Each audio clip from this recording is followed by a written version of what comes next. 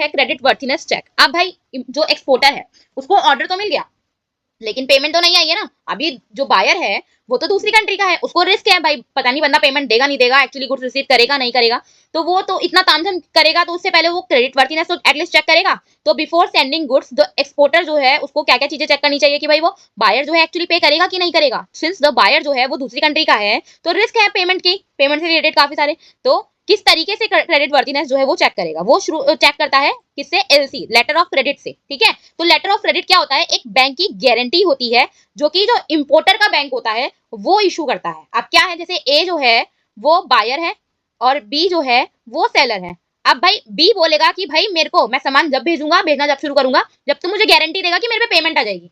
तो ए जो है अपने बैंक को बोलेगा कि भाई बैंक जी आप मेरे बिहाफ पर बी को गारंटी दे दो कि मैं पेमेंट उसकी कर दूंगा। अब इन दोनों में क्या डील होती है, क्या डॉक्यूमेंटेशन होती है, वो बात की बात है। फिलहाल हम ये देख रहे हैं जो ए का बैंक है, बायर का जो बैंक है, वो सेलर के बैंक को गारंटी देगा कि भाई आप सामान भेज दीजिए, मैं लेटर ऑफ क्रेडिट भेज रहा हूं। यानी कि मेरे, अगर मान लो आप मेरे कस्टमर को पकड़ भी नहीं पाते हो तो उसके बिहाफ पे मैं पेमेंट करूंगा आपको, तो वो गारंटी दे देता है।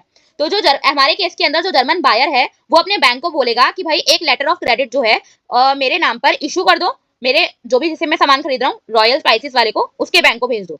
तो जर्मन बैंक जो होगा, जर्मन का जो बैंक है वो क्या करेगा, गारंटी पेमेंट रॉयल स्पाइस को इशू कर देगा। अगर रॉयल स्पाइस जो है वो सबमिट कर देगा रिक्वायर्ड डॉक्यूमेंट, तो बैंक जो है उसको पेमेंट भेज देगा। ठीक है, तो इससे क्या होगा, एक्सपोर्टर का जो रिस्क था नॉन पेमेंट का वो खत्म हो जाएगा। तो क्रेडिट वर्थीनेस जो होती है वो चेक की जाती है सेफ पेमेंट के लिए।